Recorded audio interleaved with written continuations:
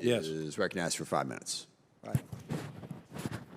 Thank you, Mr. Chair, and thank you, Secretary Austin, General Milley, and Mr. McCord for appearing before us today. I very much appreciate the challenging times that you and the department are in right now as we are facing and watching the horrific events of the war in Ukraine unfold. I also know that the department's budget request this year is focused largely on modernization and transformation of the force. And in your written testimonies, you have mentioned how the department has to modernize and divest from legacy platforms that may no longer meet the needs of the force right now here in this country. President Zelensky has repeatedly called on the United States to transfer aircraft and other weapon systems to Ukraine, and so here we potentially have supply with a known demand.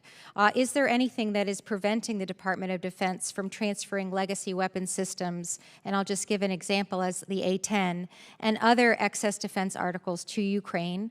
Or are there any things that are preventing us for the training, preventing the training for those? Is there any additional authority that you need to be able to expedite or approve transferring of weapon systems to Ukraine? Secretary Austin.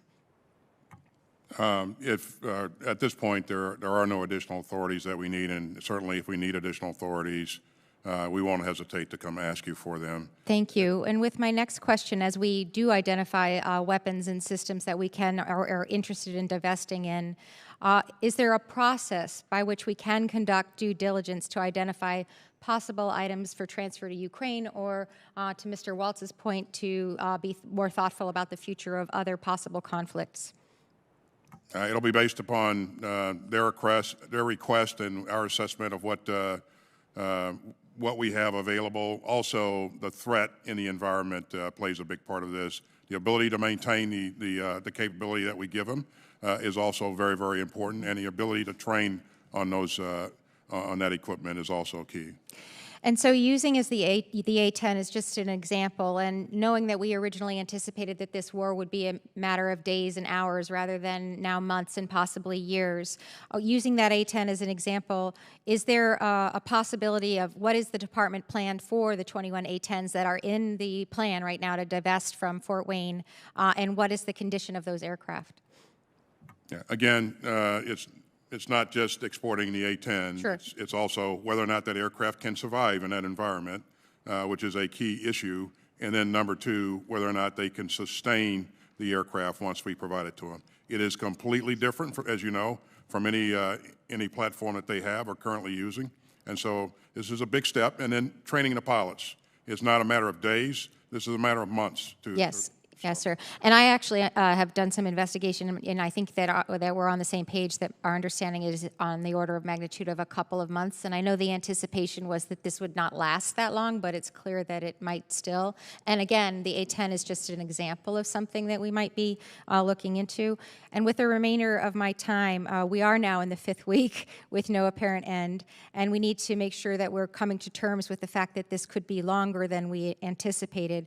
I'm interested in the planned reduction of end strength across the Army, Navy, and Marine Corps. The Navy, as we know, is already short of personnel in sea duty billets. The Air Force is suffering from a critical shortage of pilots. How does the department forecasting and planning for this prolonged war in Ukraine? Maybe General Milley, we could ask you that particular question. Well, first, we are not directly engaged in combat operations in Ukraine. We are conducting deterrence and assurance operations in the periphery countries, the Article 5, NATO Article 5 countries. Having said that, in terms of the end strengths and the modest reductions in end strengths of each of the services, what the services have opted to do is reduce end strength a little bit in order to recoup savings, in order to modernize the force, aiming towards a 2030 timeframe, 2030 plus. And that's where you see these modest reductions in end strength. And that's, I mean, what they're trying to do is focus on China and Russia secondarily as the two principal threats in order to modernize and upgrade their force.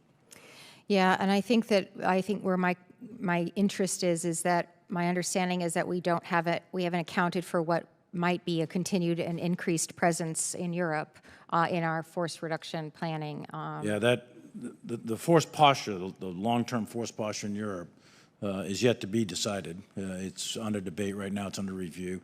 NATO plays a big part in that, and General Walters will be making his recommendations as Secretary on that.